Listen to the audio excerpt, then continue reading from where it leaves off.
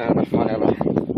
أما بعد، فنحن حركة شباب كفاية من مخيمات تندوف نتوجه هذه المرة للمجتمع الدولي، وخصوصا إلى أعضاء مجلس الأمن الذين يناقشون خلال هذه الأيام قضية الصحراء، ونريد من خلال هذه الرسالة أن نقول إننا سئمنا من الانتظار ومن الوعود الكاذبة لقيادة البوليسار الفاسدة، والتي لا هم لها إلا الاقتناع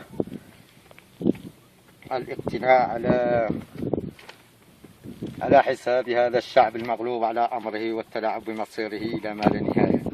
إننا في حركة شباب كفاية في مخيمات تندوف نتوجه بنداء عاجل للمجتمع الدولي، نعلن من خلاله دعمنا التام لمقترح الحكم الذاتي الذي يعتبر هو السبيل الوحيد لإخراج هؤلاء اللاجئين من هذه المحنة التي طال أمدها، والعودة إلى أرض الوطن في انتظار هذا المقترح. وفي الأخير نريد أن نبشر أهلنا في المخيمات والمناطق الجنوبية بالصحراء وكذلك في المهجر إننا لن نقف مكتوفي الأيدي إلى ما لا نهاية، فانتظرونا إن شاء الله عن قريب داخل وخارج المخيمات.